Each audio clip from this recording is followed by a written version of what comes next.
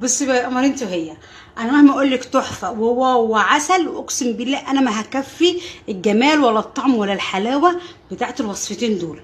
بجد بجد كان تايه عني فين الفكره بجد والله، وانا بعمل وبدور الحاجه كده قلت انا كان عقلي فين ما عملتهاش قبل كده يعني. تمام، فان شاء الله مش هبطل اعملها وهجدد فيها وهعمل فيها ايه اختراعات، ومع كل اختراع ومع كل تجديد هوريه لكم. معلش بس عشان هي ايه سخنه احيات دي الكوسه. تمام، اللهم صل على النبي. ودي البطاطس عسل.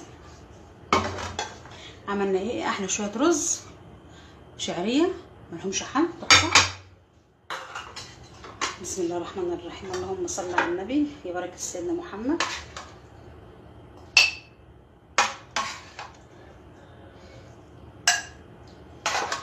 بصوا مكلفه في منتهى الجمال في منتهى العسل.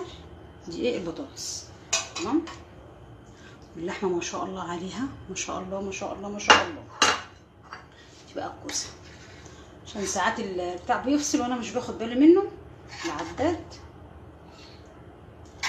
بصوا بقى رهيبه رهيبه رهيبه رهيبه. عسل عسل عسل عسل عسل، احلى عسل.